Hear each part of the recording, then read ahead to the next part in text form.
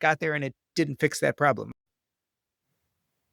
So when I was 7 years old, my father, who was a physician, he was an oncologist, died suddenly of a brain aneurysm. He was actually rounding at the hospital, got a severe headache, collapsed, and died a day or 2 later. And at that age, at 7, I saw the world through a very selfish lens. Like, the world was because of me, because I was 7, and so if my father died, it must have been that I wasn't good enough, whole enough.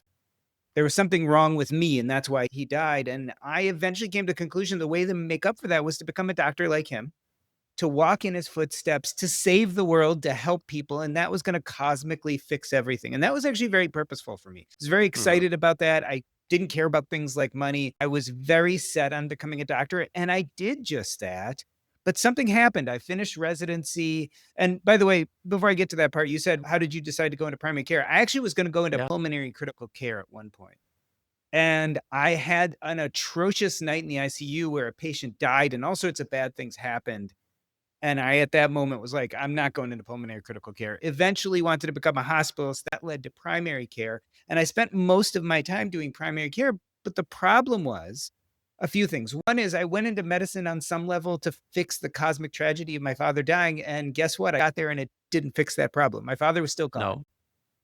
The other thing is I was hoping I could save the world, and as you know, in medicine, we rarely can save the world. In fact, there's some people we can help, there's some people we can't, and we try to make as much of a difference as we can.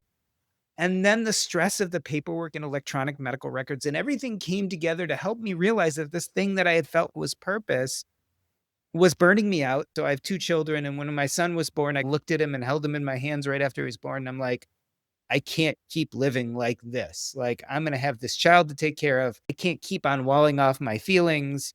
And the dam kind of broke, and I realized that this thing that I thought was really purposeful probably wasn't filling me up. I never even considered this idea that maybe there are parts of medicine I could really love if I was thinking more about what felt purposeful to me.